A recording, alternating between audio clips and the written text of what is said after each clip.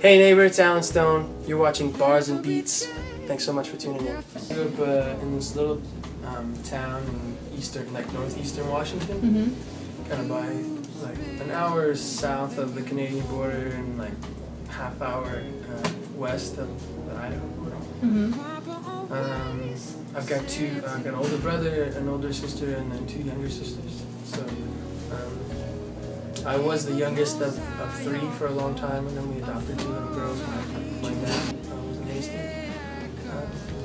So I grew up singing. And when I was about 19, I moved to Seattle and just started picking and grinning any place that I could, coffee shops, houses, colleges, and then that progressed to like touring around in my little Buick LeSabre with my acoustic guitar, and doing the same thing, kind of, you know, regionally, and then kind of went, you know, I would go to Idaho, just sort of started expanding over the years, and then I think it was in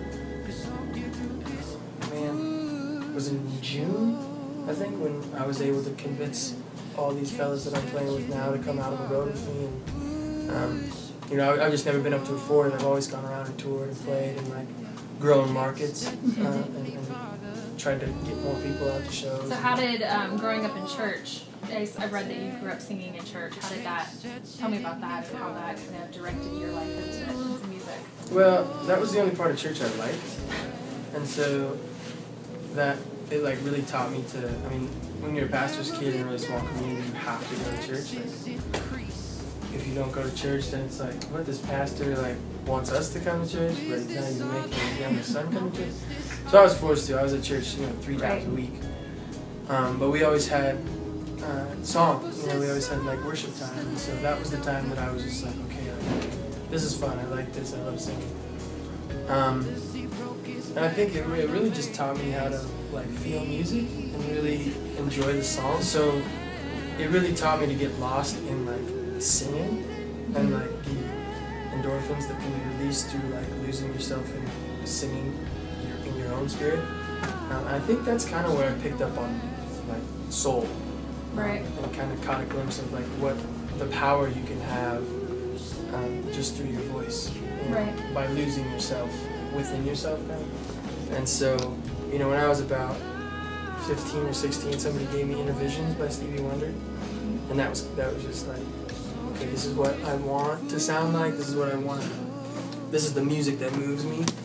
And so I just like, you know, researched every record, every artist I could, and just learned to mimic what they were doing and hear, you know, like, I didn't have singing lessons growing up. Nobody in town could teach me how to sing soul music or teach me how to play soul music or even blues music or R&B.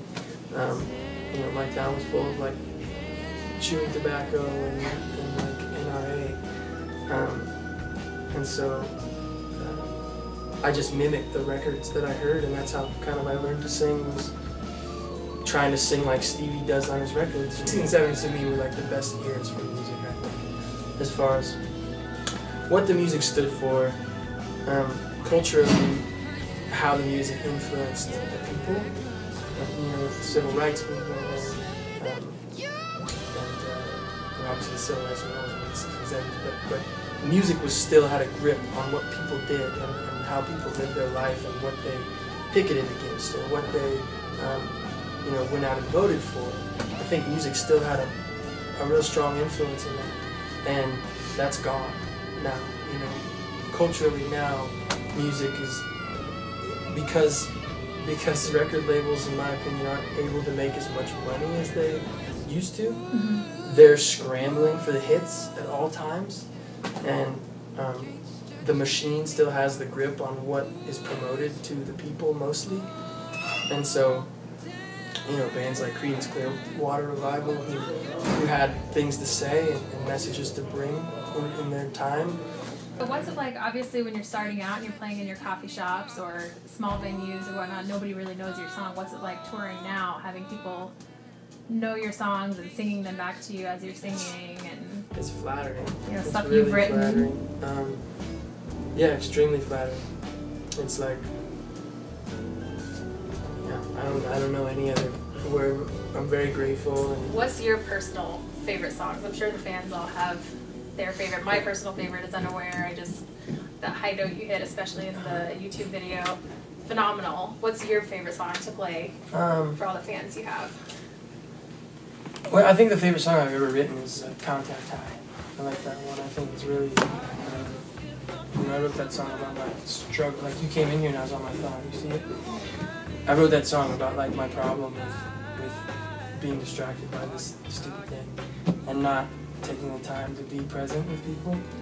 And I think that that's very relevant to, like, my generation and our times as kids being really, really social up here and online, and then losing the ability to be personal and social eye to eye with people. Who would be your favorite person to play with? And I'm assuming you kind of just answered it with Stevie. Would that be? Stevie would be a dream come true, yeah. But I got to sing with Daryl Hall like a couple weeks ago.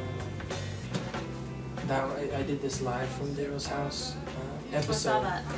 And I was just like a kid in the candy store. Like, I was just cheesing out the whole time because, right. You know, it's Daryl Hall. So what's your favorite city you've played in? Your favorite venue so far? My favorite city. Out? My favorite city is Seattle. Like, that's my home, and they're really, really good to me. We're getting a chance to play the Troubadour in LA. We get 2 nights there in end of March. Really looking forward to that. I haven't played there yet, but you know, everybody's played there, from John Lennon to Daryl Hall to James Taylor to Lincoln Cotton. Everybody that I've ever looked up to in the music industry has played at this spot and like got their start at this spot. So getting to do 2 nights there, and they're both actually sold out already, which is just a dream come true. What would be your dream venue? Do you have anything that? My dream venue, I would really love to play the Red Rocks. Red Rocks. In Colorado. Tell me about your experience on the Glenn Show. How was that your first national TV? Yeah. Gig? Yeah. Well, I sang the anthem at a Lakers game like a year ago or so, and I think that might have been nationally broadcasted, but I wasn't told it was. Okay. So I think that might have technically been. The Conan gig was, it was incredible. Like, I'm an unsigned artist, you know, it's just me and my manager, my booking agent. To get that kind of opportunity is very rare. You know, most people who get that opportunity have some big major players in the industry doing a little bit of the elbow nudging. So to get that opportunity and then to get the reaction that Conan gave me at the end of it was just like so flattering. So flattering. And then the band leader, Jimmy Kimmel, came backstage and said some incredibly endearing things. It was just, that experience couldn't have gone any better. And now you have Jimmy Kimmel show coming out? Yeah. On your birthday? My birthday, yeah. How'd you know that? Oh, wonderful. Yeah, my birthday. It's going to be a shit show. It's going to be a lot of fun, but I would venture to guess that there may be a little bit of partying afterward that will ensue. I would assume. Are those shows that you've watched? I know a lot of people grow up watching them and just love. Yeah, I love Jimmy Kimmel. Kimmel, and I love Conan, but I'm just now getting ripe on Conan. But Kimmel was, I really like Kimmel a lot, and I really like Fallon a lot too. So, you know, fingers crossed, those might happen too. But any of them, just. We got 2 down, 1 more to go. 2 down. I mean, shit. We'll see. Don't screw me up.